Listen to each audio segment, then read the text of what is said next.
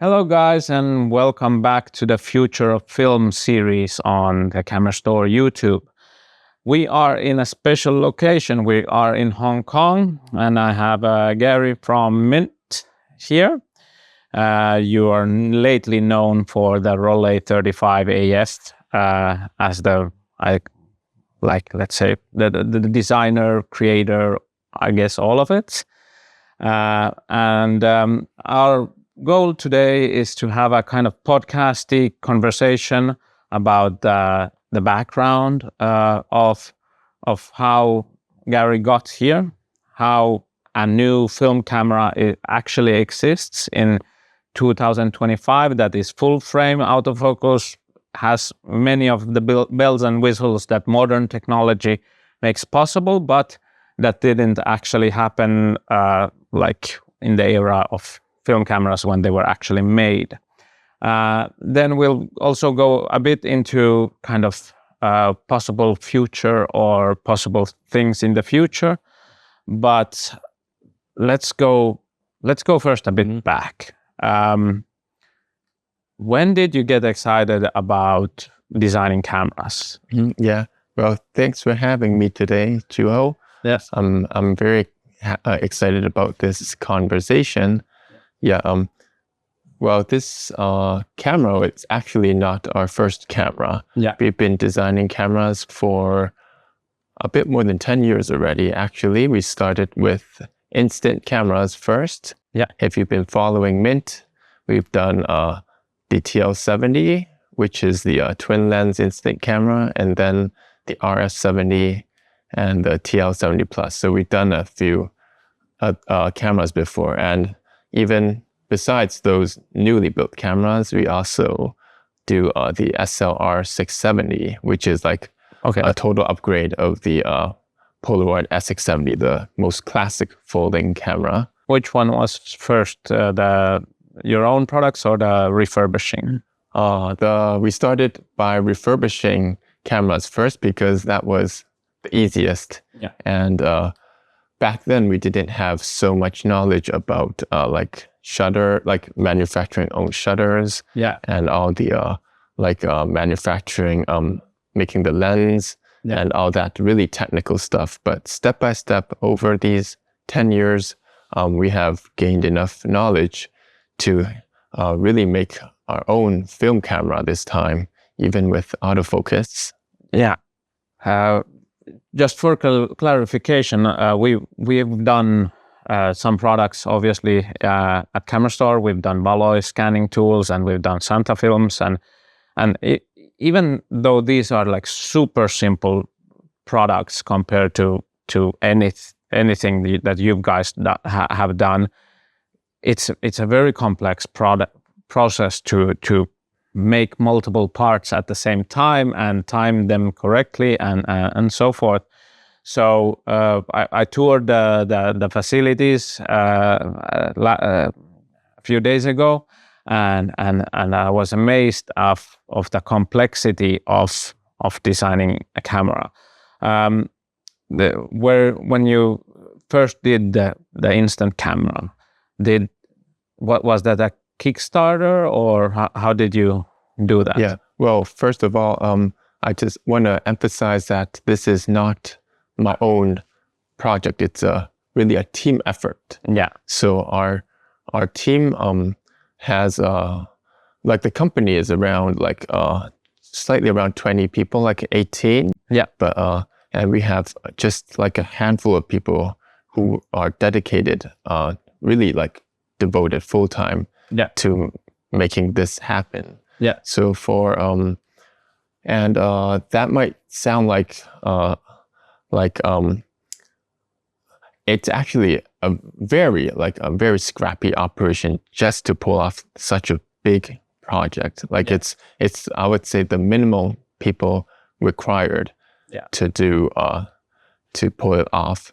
So we like to call ourselves the Spartans because we're a very small team of people. Yeah. But very dedicated and really passionate about making cameras. I think that's the fuel that really drove this project and helped us overcome all the numerous challenges that we didn't expect to encounter. Yeah. Yeah. What did you have? How many designers were you when you did the first instant camera? Oh, for the first instant camera, actually, the team hasn't changed much. Yeah, from the first to the camera that we made we launched the most previous one. Yeah, it's actually the same team. Okay. So it's like we're growing old together. Okay. And every time we build a camera, we gain new knowledge and get better at what we do. Okay. And also our suppliers become more like it's a more mature supply chain. Yeah. So they know what we need. They know what we expect. And so all of this is I would call a iteration process, and it's full of growth. Yeah. Okay. So you gained basically a team of were they already engineers at that point when you did the refurbishment, and you had the flash bar thing? Yeah. So you had that team kind of existing, and then you did the first. Which one was the first of the instant cameras? Well, we started with accessories first because those are the easiest, like the flash bar. Yeah. And then the first camera was a twin lens camera. Yeah. Twin lens instant camera, because twin lens is basically one of the easiest to make. Yeah. Like compared to SLRs and compact cameras and all that. Yeah. So that's why we settled on the twin lens as the first camera. Okay. That's such an awesome pitch, and I understand that we met years ago, 2018, Photokina, and at that point I think you just started to work on the RF70 or so, but obviously a 35mm camera is quite a bit more complex than an instant camera, or is it? There are different challenges for both types of cameras. Yeah. Interesting enough, like for the RF70 and like for the instant cameras, the biggest challenge is actually the film itself, the sensitivity of the film. Okay. I don't know how you call it. Like you have to be super accurate with the So the latitude. Yeah, the latitude. Yes, exactly. Okay.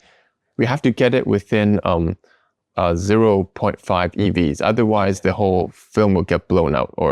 But for film cameras, it's very forgiving. It's like 1 or 1.5 EVs. It's still okay. Yeah. So that part is really easier for film cameras. Yeah. Now with negatives, I guess like plus minus two stops will give you actual results still, and most people won't know the difference. Yeah. But with slide film, obviously it's somewhere there with the instant film. But anyhow, so you had the kind of the light meter part and the shutter part, I assume, in some sort of order when you launched into this 35mm camera. But what was then kind of the new thing? What are new things? The biggest challenge for making a film camera, or like specifically the Rollei 35AF, was needing to build everything into such a small body. Yeah. Because if you compare this to the original Rollei 35, it's just slightly bigger. Yeah. But you have to consider also we put the LiDARs into it, autofocus, and the flash, and a display and all that. Yeah. It takes up space. Yeah. And I think the size is the biggest challenge for this camera. And like what are the new things compared to the instant cameras? The autofocus? Yeah, autofocus is new, but we were very fortunate, like, to be able to know if you have used this camera before. The lens and autofocus and the exposure. Yeah, these are the three things that are really like really good about this camera. And obviously Connor reviewed a prototype version of this, and that those were things that he loved: the picture quality, the autofocus, and the autofocus. I think he had some issues about the noise, but but anyhow, and then the flash images and all of that. I think the image quality has been one of the biggest surprises that the community has had around the Rollei 35, because let's say the image quality is in par with the best compact cameras out there, which some of them are much more expensive, even used, than this is new. So there is that. How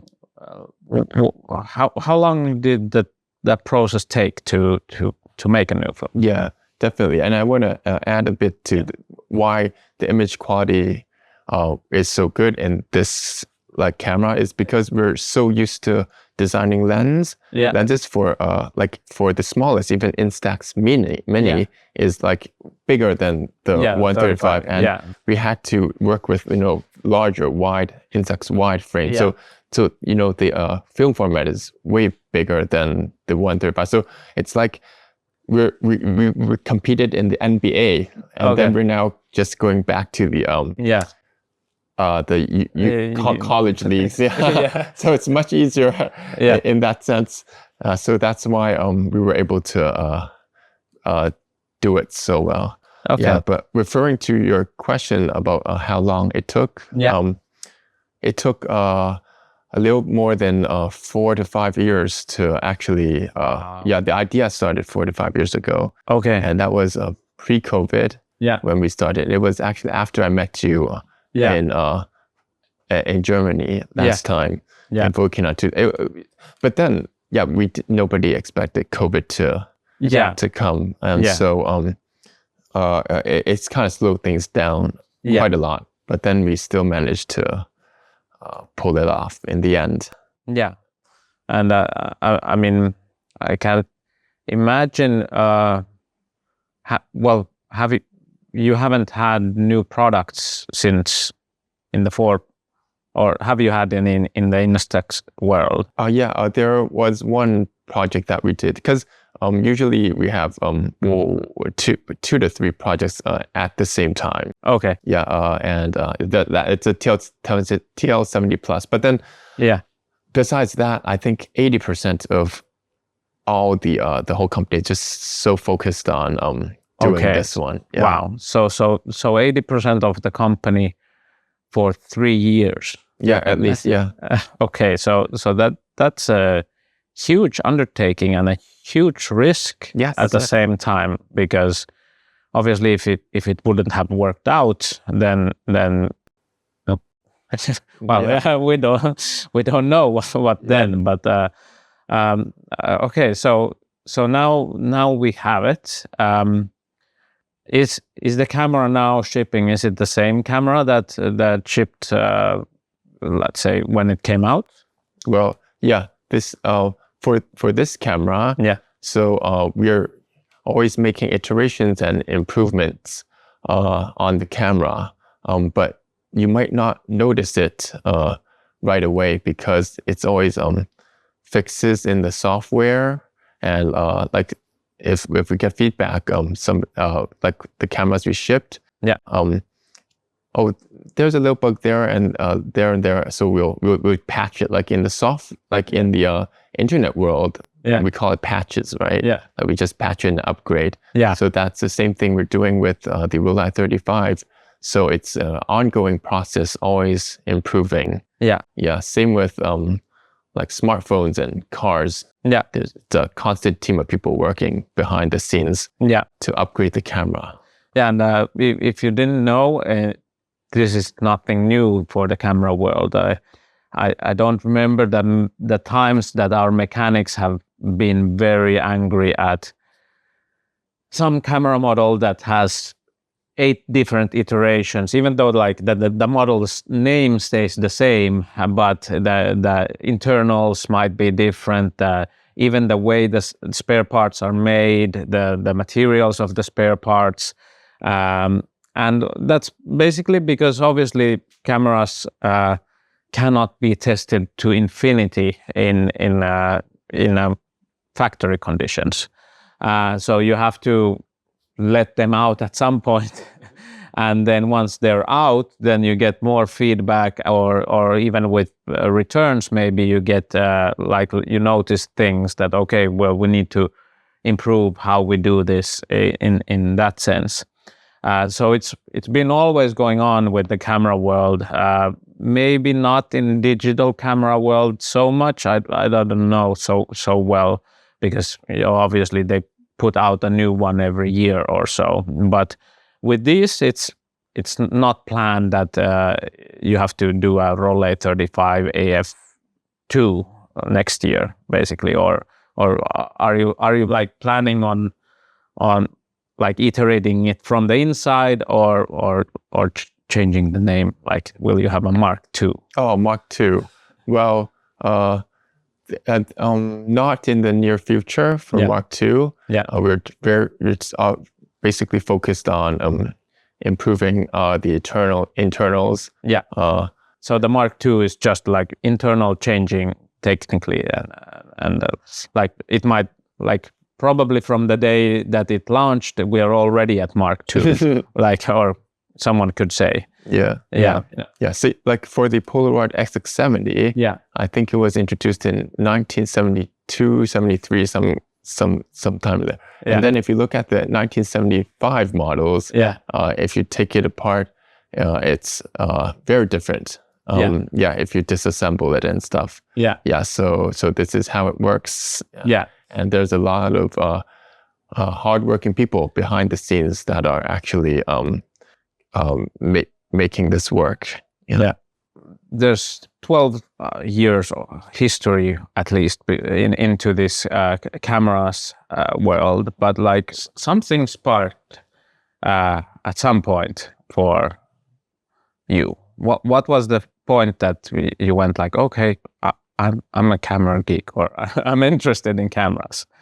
Oh, you mean overall instant cameras and film cameras? Any camera. Like, at what point did you go like, hey, camera designing sounds fun? Oh yeah, I think it came when, like, first was designing accessories for the XX70, and that worked out really well.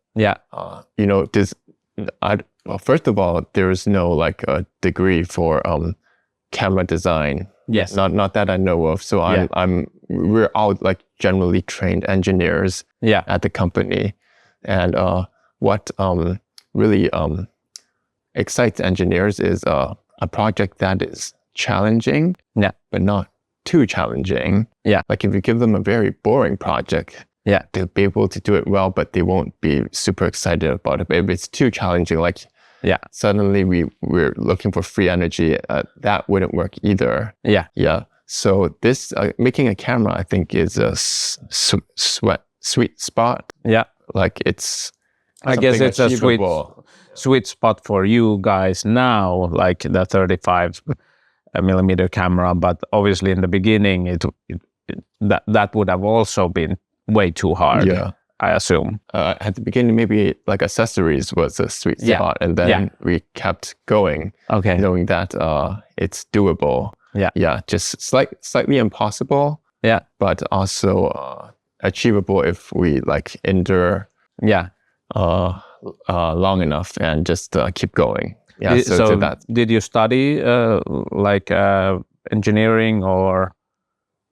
Yes, we all study engineering, and the interesting about making cameras is that it's for engineering. It combines multiple disciplines of engineering, everything except civil engineering. So we've got optics, mechanical engineers, electronic engineers, and even computer scientists. All coming together to make it happen. So that's what makes it so interesting. And you were out of curiosity, were you in university, and then I'm like, this Polaroid camera flash is not good. Like what happened? Like how did it happen? Yeah, well, we first started off by buying and selling Polaroid SX70s first. Yeah. And then being able to talk to a lot of customers, they said, I noticed that they were taking photos indoors without a flash, and the photos turned out really yellowish. Yeah. And but if you ask them what they need, they don't know what they need, because they wouldn't say like, oh, what I need is a flash. They don't know what they need. So our job is to figure out what's missing, and then make that a product and then deliver it to the customer. And that's just exactly what we did. Okay. So that makes sense. And in terms of like complexity, what would you say, like the Rollei 35, like how much more complex has the project been than, let's say, making the first instant camera? Oh, I think at least 5 times as complex as the first instant camera, or maybe 10 times as complex. Maybe 5. Okay. Yeah, because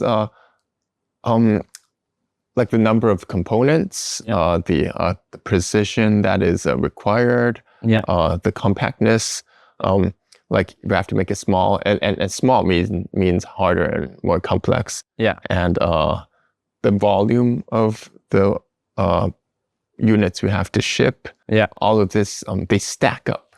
Okay. So the complexity actually stacks up, and the functionality of the camera, like if you add one function to a product, that, like for example, if 5 function becomes 6 functions, it's not just a 20% increase, it's actually more than that, because you have to get everything right. Yeah, so I would say like 5 to 10 times more complex than the first camera that we made. Okay, wow. That, like, people probably don't understand this and just realize is that film cameras, when they were the bomb in the 80s and 90s, when they were manufactured, they were also economically, astronomically good products. They were hundreds or thousands of engineers or designers behind pretty much every camera, maybe not the simplest cameras, but any camera system would have hundreds of engineers working on it. Even to this day, if a new camera is done, it has tens of engineers working on it at least, plus then the designers of how it's manufactured and all of that. So it's a complex product. A camera is a complex product. Jack, you guys don't have hundreds of engineers. You don't have tens of engineers. You have how many?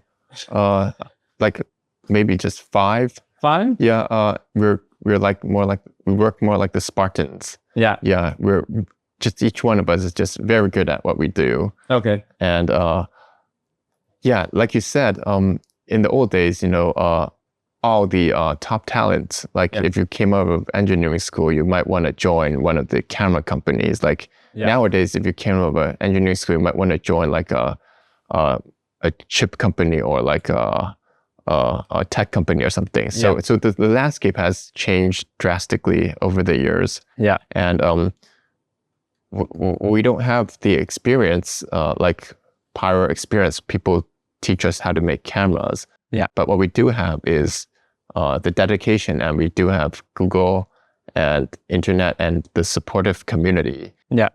We knock on doors, just asking the old guys how they did it. Yeah. And just gradually worked our way up.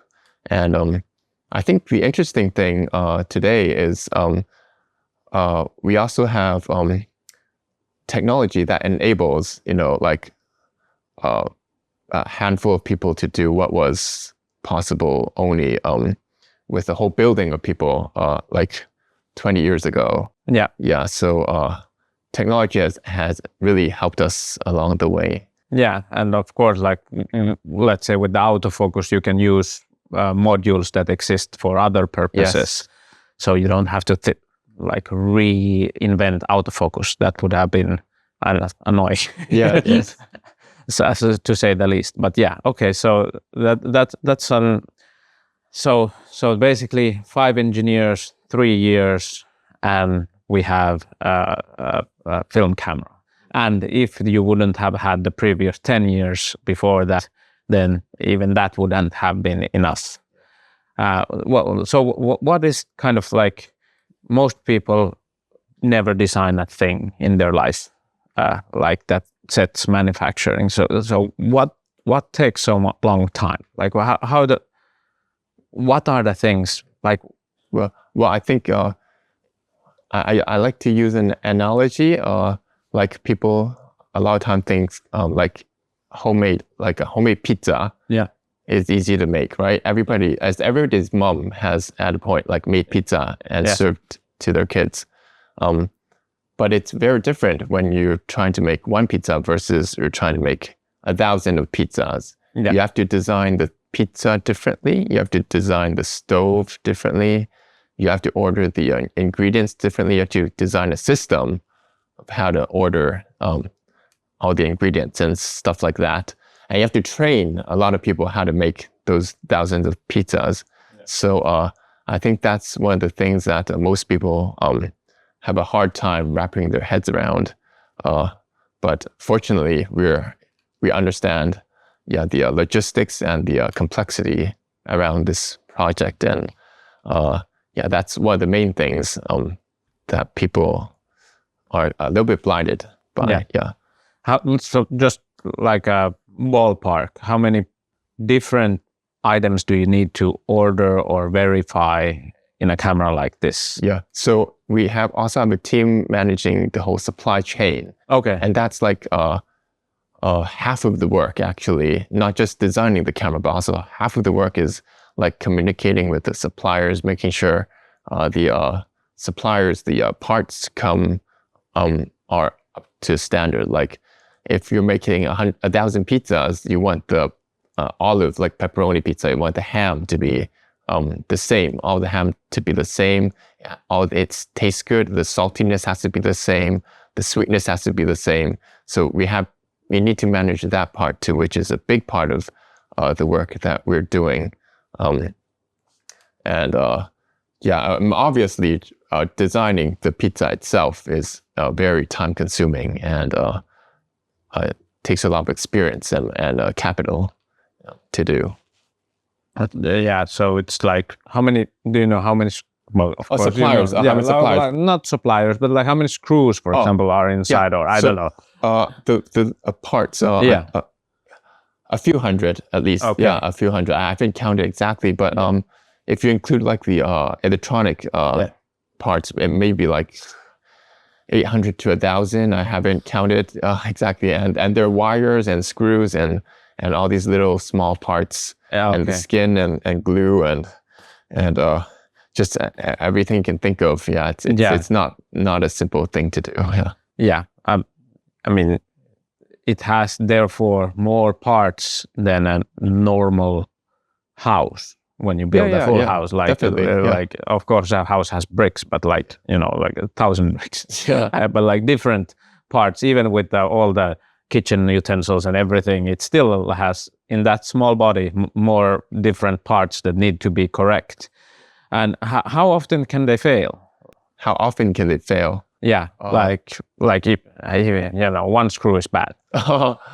Well, there is a margin of safety. Like so we try to design it so that for all engines, like for bridges, for example, like if you want a 1-ton truck to pass over, you want to design the bridge to be like 2 tons or 5 tons, like safety margin. But there are some parts that are critical in a camera where you have to get exactly right. Yeah. So if those critical parts fail, it's a headache, and it sometimes happens, but we have to like really control it very well. Yeah. For example, like for the lens, like there are 5 elements. Like if one single element just tilts a little bit, and then the whole image goes wrong. You get what do you call vignetting? Vignetting, vignetting and all that stuff. and distortion and all that stuff. Yeah. Yeah, just for example. Yeah. Yeah. But So basically you have to hit it 95% correct or 90. 95 is already very bad. Okay. in the world of cameras. We have to do 99.5. Oh, 99.5. okay. Yeah, this is what is required in a precision instrument like a camera. Okay, so you have hundreds of parts at least inside, and they 99.5% of the time need to be correct. Okay, so that's why it takes 3 to 5 years. Or 5 years. 5 years. Sorry, but like it takes. But is it now easier to make the next step if we go into the future? Yeah. Is it now? How much have you learned? Yeah, definitely. Well, part of it is the experience that we have gained, and also the suppliers. We don't need to rebuild all the relationship all over again, and that takes oftentimes a lot of time. So we have the whole supply chain set up. We have the factory set up. We have the people designing the camera set up.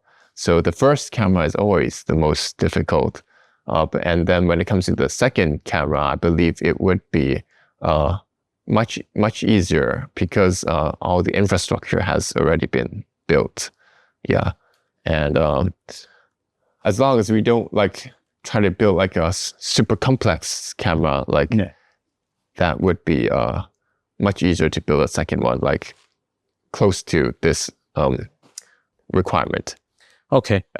I personally don't like the kind of Rollei aesthetics. Is it possible to possibly use the insides or most of them and do something that doesn't look like a box? Mm-hmm.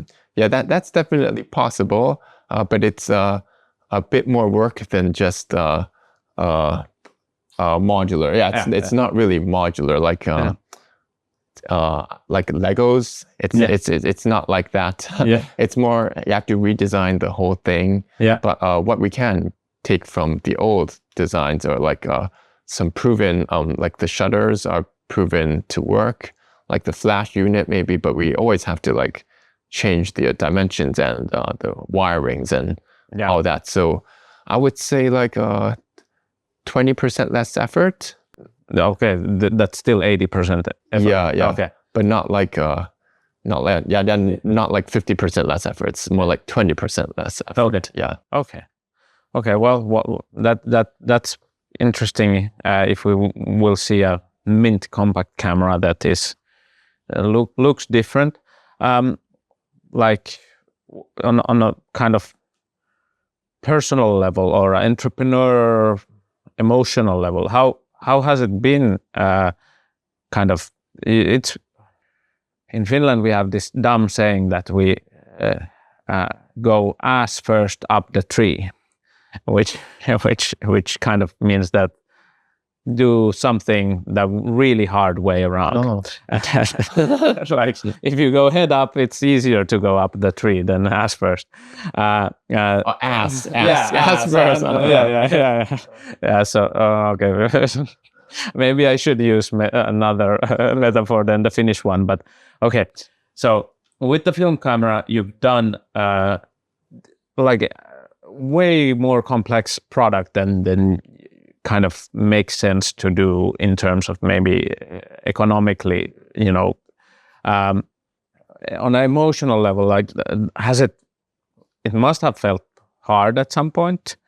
Do you, now that you have it in your hand, does it feel, what does it feel like? Well, I would say it not just felt hard at some point, it felt hard the whole way at every point. Okay. Yeah. Well, now it's ready. Does it being on your hand, or when you see people taking photos, posting them online, tagging you guys, what does it feel like? Yeah, I mean, it's very fulfilling to see, especially the community. The photos that they take, like some, like you wouldn't imagine somebody taking like, of course, like New York, you see photos of New York City, Yeah. and then you see photos of Berlin, you see photos of Finland, like, and then you see some photos of like exotic places like the safari and maybe colder places like the north,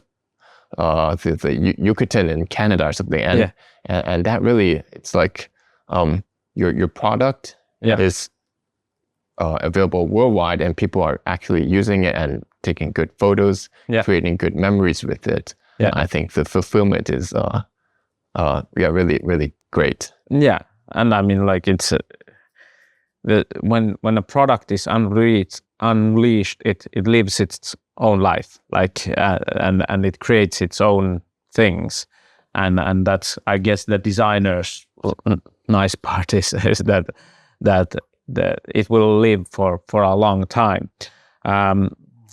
I think in general, maybe that's all we have time for today.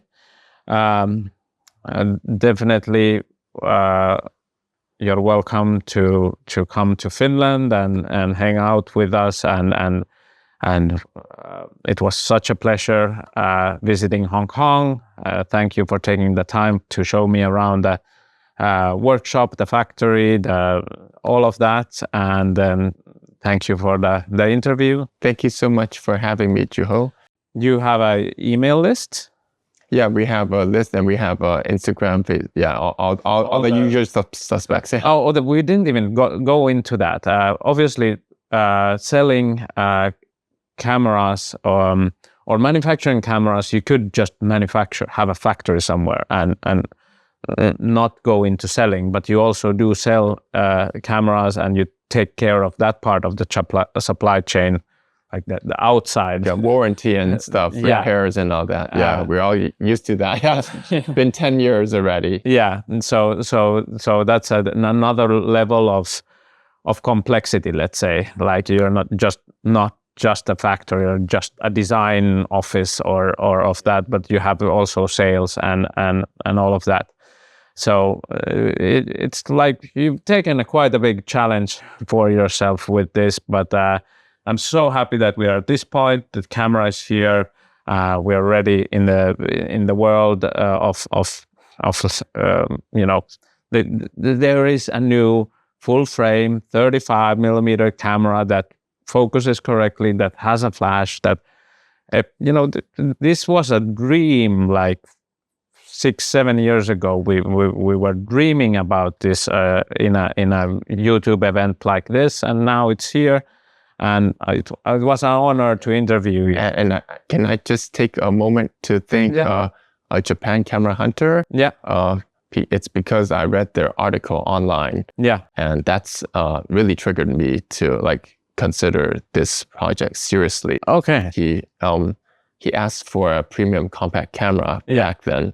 And I just a word for the film community. Yeah. Thank you for supporting this project, and your continued support means that we'll have more new film cameras or whatever camera you can think of coming up in the future, as long as the ball keeps rolling. So thank you so much. Yeah, and thank you all.